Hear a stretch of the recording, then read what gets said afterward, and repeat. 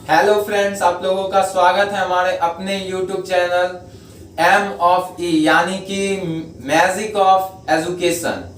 आप लोग को सुन के थोड़ा शौक लगा होगा कि हर दिन तो भैया आप YKP बोलते थे यानी कि यार की पढ़ाई। लेकिन जब हमारे टीम ने सर्च किया तो पता चला कि YouTube पे YKP करके यानी कि यार की पढ़ाई करके एक चैनल पहले से अवेलेबल है और वो चैनल बहुत दिनों से है और उस पे कंटेंट भी बहुत ज्यादा डाला हुआ है पढ़ाई से रिलेटेड। सो इसी रीजन से हमने अपने चैनल का नाम एम ऑफ ई यानी कि मैजिक ऑफ एजुकेशन रख दिया है और इस नाम का बहुत बड़ा इम्पैक्ट है। पढ़ाई का जादू, ये सच बात है कि पढ़ाई का बहुत बड़ा जादू होता है। अगर आपको एक बार इसके इम्पैक्ट के बारे में पता चल गया कि एजुकेशन आपके लाइफ में क्या इम्पैक्ट डालती है तो आप सच में कहिएगा कि एजुकेशन एक वन टाइप ऑफ मैजिक है। ठीक है, तो इसी रीजन से हमारे चैनल का नाम एम ऑफ यानी कि मैजिक ऑफ एजुकेशन हो गया है।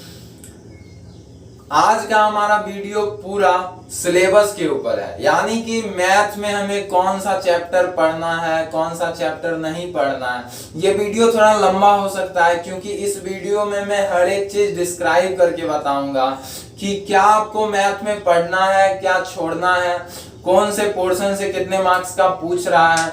और अभी तक आपने जो भी हमारे चैनल पे पढ़ा था, चाहे वो यूक्लिड डिवीजन लेमा हो, एल्गोरिथम हो, एचसीएफ निकालना हो, ठीक है, ये सारा चीज आपके आउट ऑफ सिलेबस है यानी कि ये डिलीटेड पोर्शन है। तो आपका अब यहाँ पे क्वेश्चन होगा कि फिर आप क्यों पढ़ा रहे हैं। मैं इसलिए ये सब टॉपिक कवर कर रहा हूं क्योंकि बाद में आगे बढ़ के आपको ये टॉपिक प्रॉब्लम क्रिएट ना करे, क्योंकि मैथ का जितना भी टॉपिक या पोर्शन है वो एक दूसरे से इंटरलिंक्ड होता है। ऐसा नहीं है कि हम ये पोर्शन अगर नहीं पढ़ते हैं तो अगला समझ में आ जाएगा। आपको उसके ऊपर मेहनत नहीं करना है, मत कीजिए, बट एक अच्छे कॉन्सेप्ट के साथ एक अच्छे से उसे समझ लीजिए कम से कम, ताकि आपको आगे आने वाले पोर्शन में किसी भी टाइप का प्रॉब्लम नहीं हो।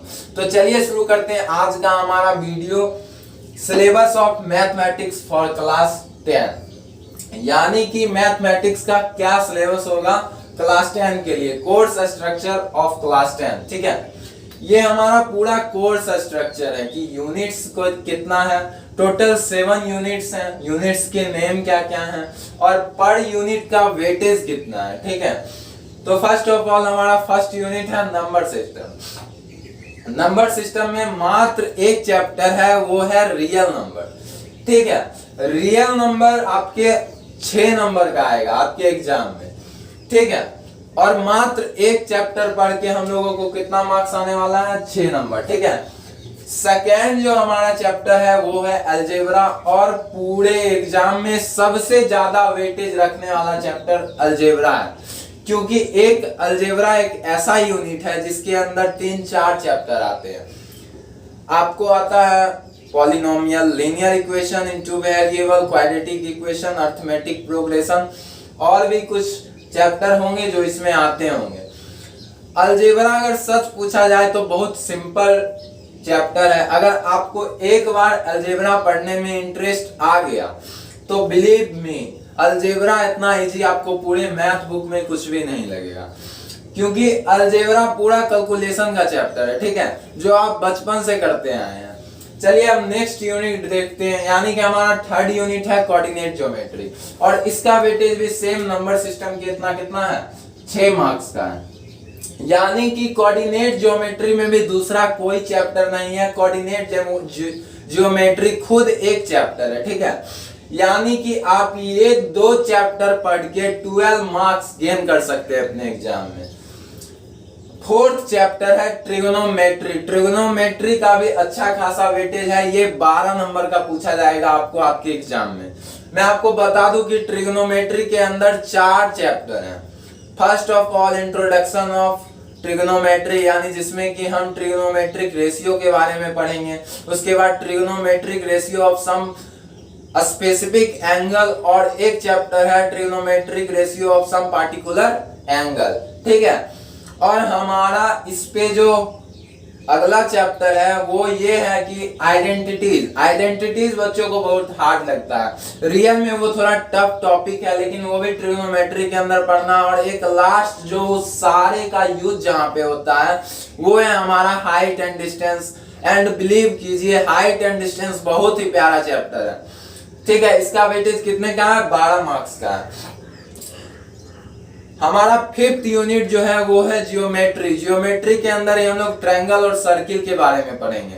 मात्र 2 चैप्टर पढ़ना है जियोमेट्री के अंदर और इसका वेटेज 15 मार्क्स का है। इसी के अंदर आपको थ्योरम देखने को मिलेगा, यानी कि एग्जाम में जो थ्योरम पूछे जाएंगे, चाहे वो पाइथागोरस थ्योरम हो, बीपीटी हो, या फिर कन्वर्स ऑफ बीपीटी हो, या कन्वर्स ऑफ पाइथागोरस हो, वो सारा का सारा इसी में हम लोग पढ़ने वाले हैं। और इसका वेटेज बहुत ही ज्यादा है, ये 15 मार्क्स का है, ठीक है। 6th यूनिट जो है वो है हमारा मेंसुरेशन। मेंसुरेशन में 10 में कुछ ज्यादा नहीं दिया हुआ है, जो आप 9 में जितना पढ़े थे उतना ही है। मैं आपको बता दूं कि मेंसुरेशन के अंदर कौन कौन सा चैप्टर पढ़ना है। मात्र 2 चैप्टर पढ़ना है। एक area related to sector segment, यानी कि सर्किल से रिलेटेड एरिया निकालना होगा, और एक वॉल्यूम एंड सरफेस एरिया, यानी कि क्यूब का, क्यूबॉइड का, सिलेंडर, कोन, ठीक है। और मात्र 10 में एक एक्स्ट्रा चीज ऐड हो जाता है मेंसुरेशन में, वो है फ्रस्टम, यानी कि बाल्टी। बाल्टी देखे हैं, उसी को फ्रस्टम कहते हैं। लेकिन आपके लिए गुड न्यूज है, फ्रस्टम इस बार भी टॉपिक से डिलीट कर दिया गया है, यानी कि आप 9 में जितना पढ़े थे उतना ही पढ़ना है। लेकिन 10 के क्वेश्चन में 9 के क्वेश्चन से डिफिकल्टीज लेवल थोड़ा हाई रहता है, ठीक है। तो हम लोग मेंसुरेशन को अच्छे से पढ़ेंगे। मात्र 2 चैप्टर है, पूरा का पूरा कैलकुलेशन पे डिपेंड है और फॉर्मूला पे डिपेंड है। ये चैप्टर बहुत ही ज्यादा इजी है, ठीक है। हमारा जो लास्ट और सबसे इजी टॉपिक है वो है स्टैटिक्स एंड प्रोबेबिलिटी। स्टैटिक्स बहुत ही छोटा चैप्टर है, एक मात्र 3 फॉर्मूले पे पूरा चैप्टर आपका खत्म हो जाएगा। और प्रोबेबिलिटी तो इतना प्यारा चैप्टर है कि अगर आप मात्र एक फॉर्मूला जान लेते हैं और इसका कुछ कॉन्सेप्ट जान लेते हैं तो आप 1 दिन के अंदर प्रोबेबिलिटी का पूरा क्वेश्चन सॉल्व कर दीजिएगा। यानी कि ये दोनों चैप्टर आप 3 से 4 दिन, मोर देन इनफ हो गया आपके लिए, ठीक है। तो ये रहा हमारा कोर्स स्ट्रक्चर। आप चाहें तो स्क्रीनशॉट ले सकते हैं। ऐसे पीडीएफ आपके इस वीडियो के डिस्क्रिप्शन में डाल दिया जाएगा, आप वहां से जाके डाउनलोड कर सकते हैं, ठीक है। तो अब हम लोग जो देखेंगे वो ये देखेंगे कि हर एक चैप्टर में हमें क्या क्या पढ़ना है। अब जैसे ही आपको पता चल गया, मानिए एक टोकरी है, उसके अंदर बहुत सारा बॉल रखा हुआ है। अगर आपको पता चल गया कि कौन कौन सा बॉल निकालना है तो आपको ये बताने का जरूरत ही नहीं पड़ेगा कि कौन सा बॉल नहीं निकालना। जो निकाल लिए वो निकालना था, जो बच गया वो नहीं निकालना था। सेम उसी टाइप से मैं आपको बता दूंगा कि आपको क्या क्या पढ़ना है, क्या क्या एग्जाम में पूछा जाएगा। तो मुझे ये जरूरी नहीं लगता है बताना कि क्या क्या पूछा नहीं जाएगा, ठीक है। वो आप खुद देख लेंगे कि चैप्टर में क्या क्या हम बताएं और क्या क्या नहीं पूछा जाएगा, वो आपको खुद समझ में आ जाएगा। तो चलिए अब हम लोग स्टार्ट करेंगे कि हर एक चैप्टर से क्या क्या पूछा जाएगा।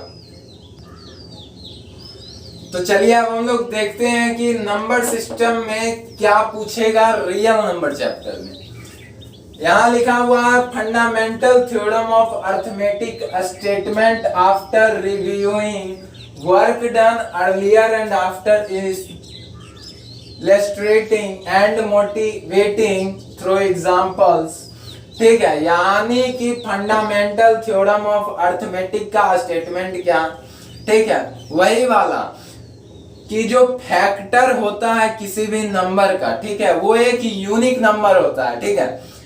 जो आप ये वाला पढ़े होंगे कि 4 does not equal to 0 करके ऐसे कुछ रहता है बुक में, ठीक है। वो जब मैं इस कॉन्सेप्ट पे आऊंगा तो आपको बता दूंगा। और लास्ट जो इस चैप्टर में पढ़ना है वो प्रूफ करना है कि √2 इरेशनल है, √3 इरेशनल है, √5 इरेशनल है। सिंपल आपको इस 3 के ऊपर इरेशनल नंबर को प्रूफ करके दिखाना है। और रियल नंबर में आप इतना पढ़ के 6 नंबर गेन कर सकते हैं। यानी कि बहुत छोटा, सिंपल और कम टॉपिक है। एक arithmetic theorem of fundamental theorem of arithmetic का स्टेटमेंट जानना है, प्रूफ ऑफ इरेशनल जानना है, ठीक है, यानी कि रूट 2 कैसे प्रूफ करना। और बिलीव मी, अगर आप सिर्फ रूट 2 सीख गए ना तो आपको कोई भी डिजिट दे दे, रूट 13 दे दे, रूट कितना 15 दे दे, कुछ भी दे दे, XYZ कुछ भी दे दे, आप प्रूफ करके बता दीजिएगा कोई वो एक इरेशनल नंबर है, आप शो कर दीजिएगा, ठीक है। तो हमारा रियल नंबर यहीं पे खत्म होता है। रियल नंबर में ज्यादा कुछ नहीं पढ़ना है, इतना ही पढ़ना है। पर बिलीव मी, मैं पूरा रियल नंबर आपको पढ़ाऊंगा, जो जो RS अग्रवाल और NCERT में गिवन है मैं वो सारा चीज पढ़ाऊंगा। पर यहाँ जो पूछने वाला चीज है उस पे मैं ज्यादा फोकस दूंगा, ठीक है, इससे रिलेटेड मैं क्वेश्चन भी करवा दूंगा। अब चलिए नेक्स्ट हमारा यूनिट 3 देखते हैं। यूनिट 2 अलजेब्रा है, वो थोड़ा बड़ा है, वो बाद में देखेंगे। यूनिट 3 देखते हैं, कोऑर्डिनेट जियोमेट्री। कोऑर्डिनेट जियोमेट्री आप क्लास 9 तक पढ़े हैं, यानी क्लास 9 से कोऑर्डिनेट जियोमेट्री स्टार्ट हो गया था।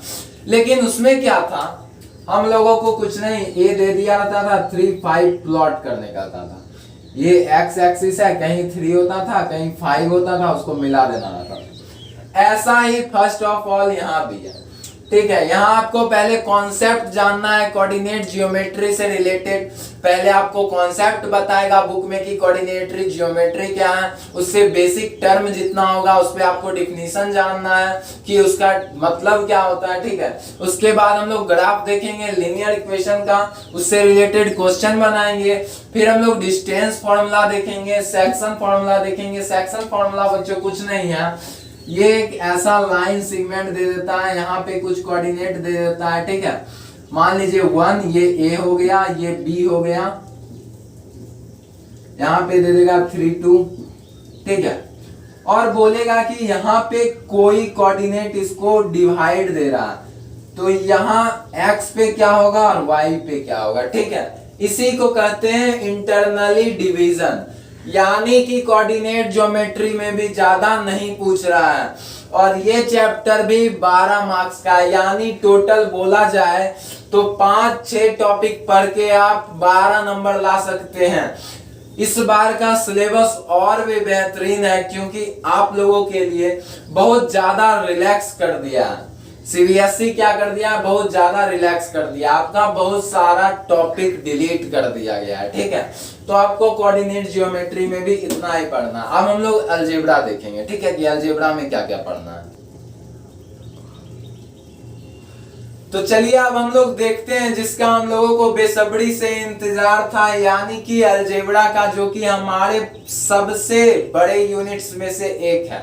इसके अंदर टोटल 4 चैप्टर है, लेकिन इसमें एक एडवांटेज ये है कि अगर ये बड़ा यूनिट है तो इसका वेटेज भी बहुत ज्यादा है, 20 नंबर का है। वहीं आप ट्रिगोनोमेट्री को देख सकते हैं, उसके अंदर 5 चैप्टर है, लेकिन वो कितने का, 15 या फिर 12 मार्क्स का। तो हम लोग अगर अलजेब्रा को अच्छे से पढ़ेंगे तो मुझे विश्वास है कि आप सभी को 20 आउट ऑफ 20 आएगा, ठीक है। तो चलिए देखते हैं कि अलजेब्रा में क्या क्या पूछ रहा है और क्या क्या नहीं पूछ रहा। अलजेब्रा का पहला चैप्टर है पॉलिनोमियल। पॉलिनोमियल में फर्स्ट ऑफ ऑल वही चीज पूछ रहा है जो आप क्लास 9 में पढ़ चुके हो, निकाल चुके हो, यानी कि फाइंडिंग जीरोस ऑफ पॉलिनोमियल, यानी कि px इक्वल टू कुछ भी दे दिया हुआ रहेगा और इसका जीरो निकालने कहेगा। तो सिंपल है, px इक्वल टू क्या कर देंगे, जीरो कर देंगे, और px के यहाँ पे यहाँ जैसे 2x माइनस 3 है इक्वल टू 0 हो जाएगा, तो 2x equal to 3, x equal to 3/2, ये क्या हो गया, 0 हो गया। इस टाइप का क्वेश्चन आपको 1 नंबर या 2 नंबर में देखने को मिल जाएगा, ठीक है। सेकेंड जो क्वेश्चन है वो ये बोल रहा है कि relationship between coefficient of quadratic polynomial, यानी कि हम लोग जो क्वाड्रेटिक पॉलिनोमियल का फॉर्मूला पढ़ते थे वो क्या पढ़ते थे, ax² प्लस bx, नहीं, ये तो एक क्वाड्रेटिक पॉलिनोमियल है, इसका फॉर्मूला क्या पढ़ते थे, फॉर्मूला ये पढ़ते थे x² plus alpha plus beta into x plus alpha into beta, ठीक है। ये एक क्वाड्रेटिक पॉलिनोमियल का फॉर्मूला होता था। इसको सम ऑफ जीरोस कहते थे, इसको प्रोडक्ट ऑफ जीरोस कहते थे। सम ऑफ जीरोस होता था minus B by A and product of zero होता था सी बाय ए। इसी को कहते हैं बच्चों relationship between zeros and coefficient of quadratic polynomial. ये बहुत ही ज्यादा इजी और मजेदार चैप्टर है। तो इसमें इसके अलावा आपको और कुछ भी नहीं पढ़ना है। यहाँ भी गुड न्यूज है, मैं फिर बता देता हूँ कि जो क्यूबिक पॉलिनोमियल है, यानी कि इस चैप्टर का जो रियल में वेटेज यानी कि जिसके अंदर दम था, उसको उठा के चैप्टर से बाहर कर दिया सीबीएसई कि लो आराम से मौज मस्ती करते हुए पढ़ो और फुल ऑन फुल मार्क्स लाओ। ठीक है, तो आपका जीरोस ऑफ पॉलिनोमियल पूछ रहा है, relationship between zeros and coefficient of quadratic polynomial पूछ रहा है, यानी कि मात्र 2 टॉपिक पढ़ना हम लोगों को पॉलिनोमियल के अंदर, और मैं ये टॉपिक आपको पढ़ा दूंगा। तो चलिए अब नेक्स्ट देखते हैं हमारा linear equation in 2 variable. Linear equation in 2 variable कुछ 8 से एंट्री लेने लगता है, लेकिन अच्छे रूप से आपको 9 में भी वैसा कुछ है नहीं। इस पे बेस्ड आपको प्रॉब्लम नहीं दिया जाएगा, सिर्फ आपको ग्राफिकल मेथड से ग्राफ रिप्रेजेंट करने के लिए कहता था, लेकिन यहाँ ऐसा नहीं है। रियल नंबर लीनियर इक्वेशन थोड़ा टफ चैप्टर है, मैं ये मानता हूं, लेकिन आप अगर इसको एक बार अच्छे से पढ़ के 2-3 बार रिवीजन कर लेते हो तो ये चैप्टर आपके लिए बहुत इजी हो जाएगा। तो चलिए जानते हैं कि क्या क्या लीनियर इक्वेशन ऑफ 2 वेरिएबल में पूछने वाला है। Pair of linear equation in 2 variable and graphical method of their solution, यानी कि कोई भी 2 इक्वेशन दे दिया जाएगा। ठीक है, 4x + 5 + 3 = 0, ये इक्वेशन 1। 6x + 2y + 3 = 0, ये इक्वेशन 2। और कहेगा कि इसको किस मेथड से सॉल्व करना है, ग्राफिकल मेथड से सॉल्व करना है। किस मेथड से सॉल्व करना है, ग्राफिकल मेथड से। ये फर्स्ट टॉपिक पढ़ना है हम लोग को लीनियर इक्वेशन के अंदर। ठीक है, अब जो हमारा सेकेंड टॉपिक है वो ये वाला है, कंसिस्टेंसी। ठीक है, और इनकॉन्सिस्टेंसी। ठीक है, ये क्या होता है, जैसे आपको यूनिक सॉल्यूशन है, ठीक है, तो इसका फॉर्मूला क्या होगा, a1/a2 does not equal to b1/b2। ठीक है, अब इनफिनाइट सॉल्यूशन है तो इसका क्या होगा, a1/a2 = b1/b2 = c1/c2। ऐसा वाला जो फॉर्मूला होता है, मैं आपको इस दोनों वर्ड का पहले मतलब समझा देता हूं। कंसिस्टेंसी का मतलब होता है कि एक सॉल्यूशन, ठीक है, क्या होगा, उसका एक यूनिक सॉल्यूशन होगा, मात्र एक सॉल्यूशन होगा। ठीक है, तो उसके लिए हमको ये फॉर्मूला यूज करना है। और इनकंसिस्टेंसी का मतलब होता है इनफिनाइट मैनी सॉल्यूशन। ठीक है, बात समझ में आ गया। चलिए अब आगे देखते हैं कि आगे क्या पढ़ना है। लीनियर इक्वेशन के अंदर पढ़ना algebraic condition for number of solution of pair linear equation in 2 variable algebraically by situation. ठीक है, अब देखिए सिंपल जो इक्वेशन में ग्राफिकल मेथड के लिए दिया था वैसा इक्वेशन आपको दे दिया जाएगा, और आपको एलिमिनेशन मेथड, सब्स्टिट्यूटिंग मेथड, ये सब मेथड यूज करने के लिए कहेगा। ठीक है, तो ये सारे मेथड का यूज करके बाय अलजेब्रिकली आप उसको सॉल्व करोगे, यानी कि उसका आप क्या निकालोगे, सॉल्यूशन निकालोगे, यानी क्या निकालोगे, x और y का वैल्यू निकालोगे। और यहाँ एक चीज लिख रहा है कि सिंपल सिचुएशन प्रॉब्लम, यानी कि आपको जो वर्ड प्रॉब्लम दिया जाएगा, चाहे वो वर्क एंड टाइम पे हो, टाइम एंड डिस्टेंस पे हो, ठीक है, किसी भी सिचुएशन पे अगर आपको वर्ड प्रॉब्लम दिया जाएगा तो वो किस टाइप का दिया जाएगा, सिंपल सिचुएशन प्रॉब्लम, यानी कि आपको ज्यादा डिफिकल्ट क्वेश्चन नहीं पूछेगा। ठीक है, तो हम लोग को आराम से पढ़ना है, सब चीज समझते हुए पढ़ना है। चलिए आगे देखते हैं quadratic equation. Quadratic equation is best chapter because quadratic equation जो है हमारा वो बहुत ही अच्छा चैप्टर है, क्योंकि क्वाड्रेटिक इक्वेशन में ज्यादा कुछ है नहीं। ठीक है, फर्स्ट ऑफ ऑल हम लोगों को ये पढ़ना है जो हम लोग क्वाड्रेटिक पॉलिनोमियल में पढ़ के आएंगे। ठीक है, और क्वाड्रेटिक इक्वेशन बनाने में बच्चों को इसलिए मन लगता है क्योंकि वो 9 में फैक्टराइजेशन का गर्दा छुड़ा देते हैं, यानी फोड़ के रख देते हैं फैक्टराइजेशन चैप्टर को। फैक्टराइजेशन इतने पढ़े हुए रहते हैं कि यहाँ खट खट क्वेश्चन बनते चल जाता है, ठीक है। तो यहाँ भी कुछ नहीं है, आपको टाइम एंड वर्क पे या टाइम एंड डिस्टेंस पे रिलेटेड सिचुएशन पे प्रॉब्लम दिया जाएगा और बोलेगा कि बच्चों इसको पहले आप लैंग्वेज लिखो और फिर बाय फैक्टराइजेशन मेथड सॉल्व कर दो, ठीक है। एक तो ये हो गया, और एक सिंपल क्वाड्रेटिक इक्वेशन दे देगा, वहां से आपको रूट्स पूछेगा, वो भी किससे, फैक्टराइजेशन मेथड से। एक हम लोगों को क्वाड्रेटिक फॉर्मूला पढ़ना है, वो क्या होता है, b minus B square minus 4ac, ठीक है, बी स्क्वायर माइनस 4, ये डिस्क्रिमिनांट का फॉर्मूला है, ठीक है। ये पढ़ना है और अल्फा निकालना है, ठीक है, अल्फा निकालना है और बीटा निकालना है, यही पढ़ना है क्वाड्रेटिक इक्वेशन में। और एक बात, अगर वर्ड प्रॉब्लम क्वाड्रेटिक इक्वेशन में भी पूछेगा तो वो related day to day activity, यानी कि आप अगर आज 4 किलो वेट ऐसा करके, मतलब जैसे आप लोग यूनिटरी मैथड में पढ़ते थे उस टाइप का क्वेश्चन, जो भी आप डेली लाइफ में यूज करते हो, जो भी आप डेली लाइफ में एक्टिविटी करते हो, उस पे बेस्ड क्वेश्चन हमारा पूछेगा, किसमें, क्वाड्रेटिक इक्वेशन में। तो यहाँ आपका क्वाड्रेटिक इक्वेशन समाप्त होता है। अब हम लोग अपने अलजेब्रा का लास्ट चैप्टर देखेंगे, वो है अरिथमेटिक प्रोग्रेशन। और अरिथमेटिक प्रोग्रेशन बहुत ही ज्यादा इंपॉर्टेंट चैप्टर है क्योंकि ये आपके डेली लाइफ में बहुत ज्यादा यूज होता है। अब जैसे देखिए, बोलेगा कि पहले 3 स्टेप आप बढ़ते हैं, फिर आप 5 स्टेप बढ़ते हैं, फिर आप 7 स्टेप बढ़ते हैं, फिर आप 9 स्टेप बढ़ते हैं। तो बताइए कि आप जब 800 स्टेप पे पहुंचेंगे तो आप टोटल कितना स्टेप ले लिए हुए रहेंगे। यानी कि क्या पूछ दिया, यहाँ एसएन पूछ दिया, सम ऑफ एन टर्म पूछ दिया, ठीक है। टीएन निकालना है, टीएन निकालना है कि इसमें कितना नंबर ऑफ टर्म है, यानी कितना नंबर ऑफ क्या है, टर्म है, टीएन निकालना है, ठीक है।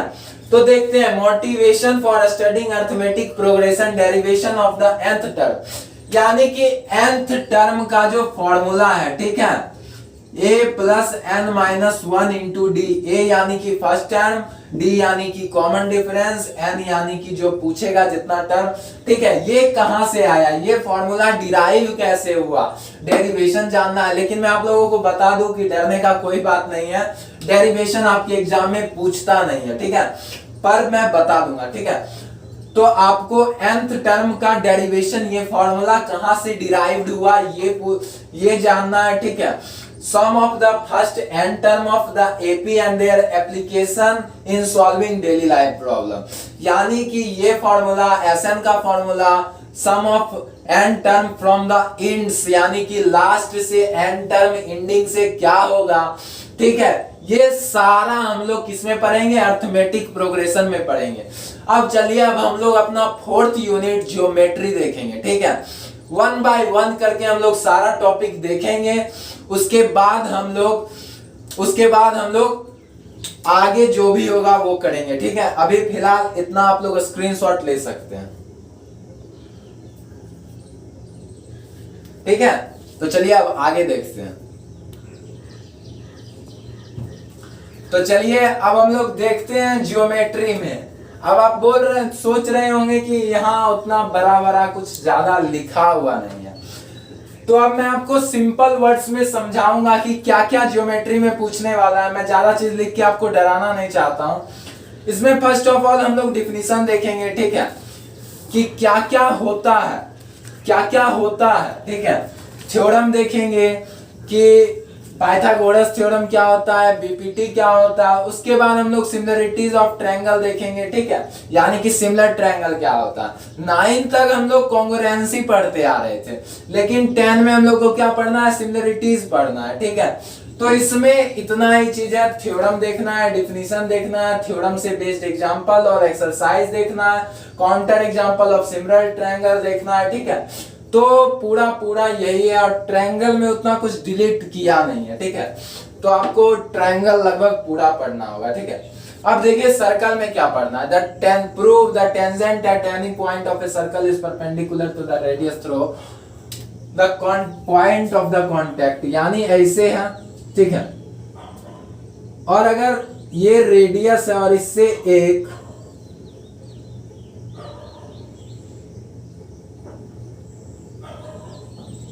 ये रेडियस है और ये सरकमफेरेंस को यहाँ टच कर रहा है, और इस पॉइंट से अगर कोई टेंजेंट पास करेगा तो वो रेडियस के परपेंडिकुलर होगा, यानी कि रेडियस उस पे क्या होगा, परपेंडिकुलर, यानी कि 90 डिग्री यहाँ फॉर्म करेगा। पहला थ्योरम तो ये देखना है।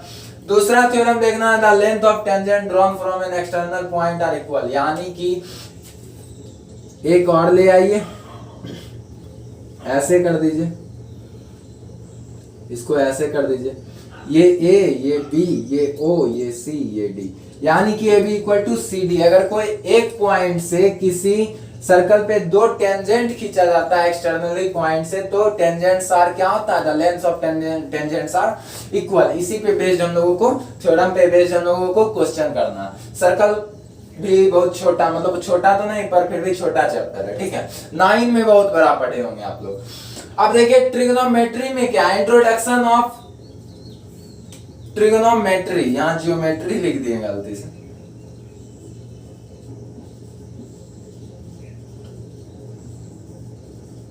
ठीक है। इंट्रोडक्शन ऑफ जियोमेट्री, ठीक है। इंट्रोडक्शन ऑफ जियोमेट्री में आपको 3 चैप्टर पढ़ना है। पहला trigonometric ratio.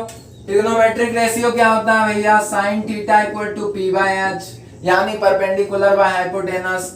Cos theta equal to क्या होता है, B by H. Tan theta equal to क्या होता है, P by B, P by B. अब cot theta B by P हो जाएगा, sec theta H by B हो जाएगा, cosec theta H by P हो जाएगा। यानी कि हम लोग जो पाइथागोरस फॉर्मूला पढ़ते आ रहे हैं बचपन से, H square equal to P square पाई प्लस बी स्क्वायर, इसी से रिलेटेड हम लोग ये निकालेंगे, ठीक है। इसका यूज करते हुए साइन थीटा कॉस थीटा इस सब का यूज करते हुए हम लोग क्या निकालेंगे, ट्रिग्नोमेट्रिक रेशियो निकालेंगे। अब सेकेंड चैप्टर जो है इंट्रोडक्शन का, वो आपको कुछ वैल्यू दे दिया हुआ रहेगा, जैसे sine 60, sine 0, sine 30, sine 45 and sine 90। इसका वैल्यू दे दिया हुआ रहेगा। मानिए कि ऐसा लिख दिया रहेगा, साइन 45 प्लस कॉस 45, ठीक है। तो आपका इसका वैल्यू पता है 1/√2 होता है, इसका भी पता है 1/√2 होता है, तो 1 यानी कि 2/√2, यानी कितना कट के हो जाएगा, √2, ठीक है। ऐसा क्वेश्चन देगा। और थर्ड जो है हमारा वो कुछ ऐसा रहेगा, जैसे sine theta, sine 90 minus theta equal to क्या हो जाता है, कॉस थीटा हो जाता है, ठीक है। तो इससे रिलेटेड क्वेश्चन रहेगा। अब जो फोर्थ हमारा चैप्टर है, यानी कि ट्रिग्नोमेट्रिक आइडेंटिटी, जिससे बच्चे बहुत ज्यादा डरते हैं, डरने की कोई बात नहीं है, ठीक है। इसको भी फोड़ देंगे, जो होगा कर देंगे, ठीक है। Proof and application of identities. देखिए मात्र एक छोटा सा हमारा प्यारा सा formula, sine square plus cos square equal to 1, इससे रिलेटेड आपको मात्र आइडेंटिटीज पूछने वाला है, मात्र इस एक फॉर्मूला से। और देखिए simple identities to be given, यानी कि आपको कैसा आइडेंटिटीज दिया जाएगा, सिंपल। ये मैं देखा हूं सिलेबस चार्ट में, हर एक जगह सिंपल वर्ड लिख दे रहा है। बच्चों को डरने की कोई जरूरत नहीं है, पहले से ही क्या कर दे रहा है, सिंपल लिख दे रहा है। अब देखिए हाइट एंड डिस्टेंस, फिर देखिए सिंपल प्रॉब्लम, यानी कि आसान आसान क्वेश्चन पूछे जाएंगे, सो डरने की कोई बात नहीं है। Simple problem on height and distance, problem should not involve more than 2 right triangle, angle of elevation differentiation should be only, यानी कि आपको जो क्वेश्चन पूछा जाएगा वो 30 डिग्री 45 डिग्री एंड 60 डिग्री पे पूछा जाएगा। बोलेगा कि आप एक छत से 60 मीटर दूर पे एक आदमी को देख रहे हो, तो आप कितने हाइट पे हो, और आपका आंख से यानी कि एंगल ऑफ डिप्रेशन दे दिया हुआ रहेगा। तो सिंपल हम लोग ट्रिग्नोमेट्री का यूज करते हुए बना लेंगे, ठीक है। तो हम लोग यहां तक देख लिए कि ट्रिग्नोमेट्री में क्या क्या पढ़ना है, ठीक है। अब हम लोग यहीं पे बिना कुछ लिखे हुए सिंपल देखते हैं कि मेंसुरेशन और स्टैटिक एंड प्रोबेबिलिटी में क्या क्या पढ़ना है। Circle related to area related to circle में आपको सिंपल है, सेगमेंट का एरिया निकालना है, सेक्टर का एरिया निकालना है, लेंथ ऑफ आर्क निकालना है, यानी कि सरकमफेरेंस दे दिया हुआ रहेगा, यानी कि पेरीमीटर से रिलेटेड क्वेश्चन, सरकमफेरेंस और पेरीमीटर एक ही होता है, ठीक है। वॉल्यूम निकालना है किसी भी चीज का, ठीक है, यही सब निकालना है। मतलब टोटल इतना ही है, लेंथ ऑफ सेक्टर सेगमेंट, ठीक है, area related to segment and sector, circle में और कुछ ज्यादा आपको पढ़ना है नहीं, ठीक है। और भी एक आध चीज है कि आपको इतना दूर घास चरा, ठीक है, तो ये एरिया क्या होगा, तो इतना माइनस कर देंगे, एरिया ऑफ सेक्टर, ठीक है, इतना का आ जाएगा, ठीक है। ऐसा क्वेश्चन रहेगा, सिंपल सिंपल, ठीक है। अब चलिए हम लोग अपना next chapter volume and surface area पे चलते हैं। वॉल्यूम एंड सरफेस एरिया पे आपसे क्यूब, क्यूबॉइड, सिलेंडर, कोन, ठीक है, उसके बाद फिर आपको क्लोज्ड सर्कुलर, ये सब पढ़ना है, ठीक है। कोन के बारे में पढ़ना है, फ्रस्टम नहीं पूछेगा, सिंपल आपको फॉर्मूला याद करना है, उससे रिलेटेड क्वेश्चन बनाना है। आपको मैं एक बात बता दूं, अगर आप अपने चारों बगल आंख खोल के अच्छे से सब चीज देखते हैं और समझते हैं तो वॉल्यूम एंड सरफेस एरिया बहुत ज्यादा सिंपल हो जाएगा। मैं एक एग्जांपल देता हूं, जैसे आपको कहा कि ये घर को रंगना है, रूम को रंगना है, तो आप किस चीज का एरिया निकालोगे? सिंपल है, एरिया ऑफ फोर वॉल, क्योंकि फ्लोर यानी कि फर्श और रूफ को हम लोग नहीं, मतलब ऊपर वाले और नीचे वाले को नहीं रंगते, चारों दीवार को रंगना होता है, ठीक है। तो आपको अगर बाहरी चीज पता है तो वॉल्यूम एंड सरफेस एरिया आपके लिए बहुत इजी हो जाएगा, ठीक है। अब हम लोग लास्ट स्टैटिक देखते हैं, इसमें हम लोगों को मीन, मीडियन, मोड जानना है, ठीक है। सब पे फॉर्मूला दिया हुआ रहेगा। स्टेप डेविएशन यानी कि मीन निकालने के लिए जो 2-3 मेथड है उसमें से 1-2 मेथड डिलीट कर दिया गया, वो जब मैं पढ़ाऊंगा तो आपको बता दूंगा, ठीक है। और प्रोबेबिलिटी में कुछ है ही नहीं, आपको कार्ड्स के बारे में जानना है, ठीक है। इसी सब पे बेस्ड क्वेश्चन रहेगा, बोलेगा कि एक बैग में बहुत सारा बॉल है, ग्रीन, रेड, ऑरेंज, अगर हम ऑरेंज बॉल का प्रोबेबिलिटी निकाले, मान लीजिए 7 बॉल है, टोटल 50 बॉल है बैग में, हमको 7 ऑरेंज बॉल दे रखा है, बोलेगा कि 7 ऑरेंज बॉल का हमको प्रोबेबिलिटी जानना है, तो कितना होगा 7/50, ठीक है, सिंपल। तो आज के वीडियो में इतना ही। अगर ये सिलेबस आपको समझ में आ गया हो कि क्या क्या पढ़ना है, कैसे कैसे पढ़ना है, ठीक है, तो हमारे वीडियो को लाइक करें, हमारे चैनल मैजिक ऑफ एजुकेशन को सब्सक्राइब करें, हमें सपोर्ट करें। तब तक के लिए टाटा बाय बाय, मिलते हैं मैजिक ऑफ एजुकेशन के नेक्स्ट वीडियो के साथ, ठीक है। तब तक के लिए अच्छे रहिए, मुस्कुराते रहिए, बाय बाय।